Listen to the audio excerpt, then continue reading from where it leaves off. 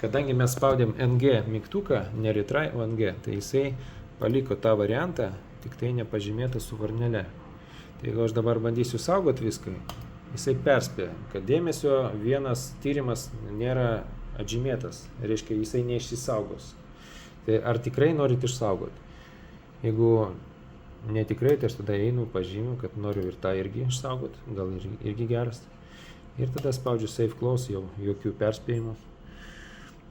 Ir jisai... Jeigu jūs paspaustumėt ne MG, o retry, tai tos nuotraukos sąraše nebūtų. Taip. Tai va, tai mes atlikom makulos protokolą ir glaukomos.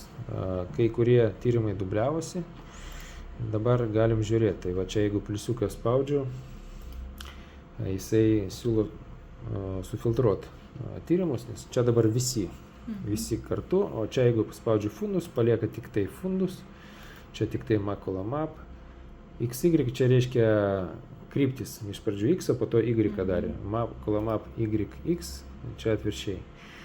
Makula multicross, čia tie du kryžiai ir disk map.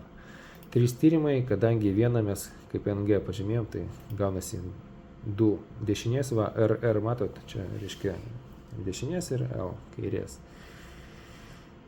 Taip, tai dabar galim įvertinti, tarkim norim tą makula map žemėlapį, nes vieni pagrindinių tai yra su žodžiu map tyrimai. Map reiškia žemėlapis, kur mes lyginam su norma. Tai kaip pasižiūrėti? Pažymim vieną, pažymim kitą ir arba 2 kartus su pelyte, arba mygtukas forward ir tas veikia. Atidaro abi akis ir geras pavyzdys, nes atrodo iškart baisu, kas čia nutiko, bet man iškart akivaizdu, kad žiūrėkit, čia šitas tinklelis orientacinis, jisai parodo, kur žiūrėjo pacientas. Ir paprastai, jeigu žiūri į tašką teisingai, tai šitoje vietoje sutampa, va taip turi būti. Va. Čia sutampa, o čia nebuvo sutapimo. Reiškia, pacientas žiūrėjo ne visai į tą žalią tašką fiksacinį. Nu, nes kur dairėsi. Jo, tai ir mes turėjome tokį vaizdą. Reikia instruktuoti, kad tiesiai į tą tašką žiūrėtų. Ir dabar ką mes čia matom? Dabar G-chart, tai čia yra ganglinių ląstelių matavimas pagal normą, pagal paciento. Čia yra thickness, tas storis ląstelių, čia parodo simetrinį tokį skirtumą. Tai sunku čia įvertinti, kiek čia kritiškai, kiek esu susidūręs, šitie yra svarbesni, kur skaičiuoja ganglinės. O čia pats storis tinklainis toj vietoj. Gaunasi, kad čia jisai parodo tam tikrą paplonėjimą, čia viską parodo gerai. Čia asimetrija skaičiuoja viršutinės dalies, apatinės. Čia irgi tik tai kitos. Bet jūs čia kalbate apie tinklainę. Taip. Ne diską, tinklainę. Tinklainė, čia jo makoma, jo pats centras. Diskas bus toliau. Mes šitą galim pažiūrėti, tai perėti prie disk map. Va čia, disk map. Ir turim 2 dešinės ir 1 kairės. Tai aš pažymiu vieną, tarkim, dešinės, kairės, spaudžiu forward. Ir dabar čia gaunasi viena dalis, vienos, čia dešinės, čia kairės ir čia kartu tos linijos sutapatintos. Jo. O čia mėlyna, raudona ir kartu. Nu, grubiai reikia, gerai yra, kai eina per žalią zoną abi linijos. Nes jeigu kažkas labai blogai, tai eina į raudoną. Šiuo atveju. Čia apie diską jau. Apie diską, čia jau apie diską. Taip. Galim atskirai pažiūrėti. Va čia viršui mygtukas yra, plačiau padarysiu. Čia yra mygtukas abi akis, dešinė akis, kairė akis.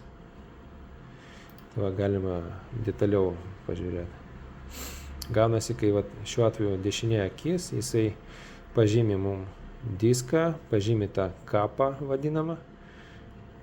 Ir šitoje lentelėje yra santykiai disko ir kapo. Tas pats prie kairės akies. Čia tiesa yra galimybė pasirinkti tokį vaizdą, aiškesnį gal. čia fundus image infraredo kamera, o čia face fundus image. Aš gal išsaugosiu, kad būtų. Okay. Tas pats padarysiu prie dešinės. Šitas toks aiškesnis.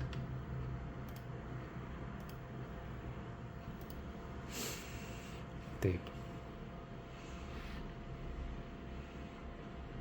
Taip, kas čia dar yra iš tokių papildomų in-face, vat yra, kas yra įdomu, galima pagal skirtingus gilius pasižiūrėti tą pjūvį tinklainės. Čia gaunasi, aš spaudžiu ant vitriaus, jisai ant paviršiaus parodo, kaip atrodo. Spaudžiu in ir man jisai toliau eina. Kiekvienas paspaudimas vis giliau parodo. Arba galima pažaisti net pačiam su pelytė pastumti ir matot, keičiasi vaizdas atitinkamai.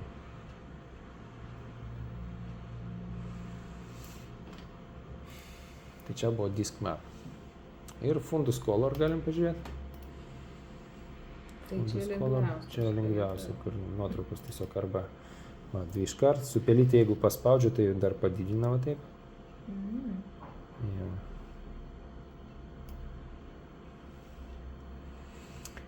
Aš galvoju, ko čia dar nėra ir dažnai gydytojai prašo padaryti tokį radialinį tyrimą. Aš jį įtrauksiu į protokolą, nes labai dažnai prašo pridėti. Nes iš esmės pats prietaisas turi labai daug skirtingų protokolų. Tu aš tą parodysiu.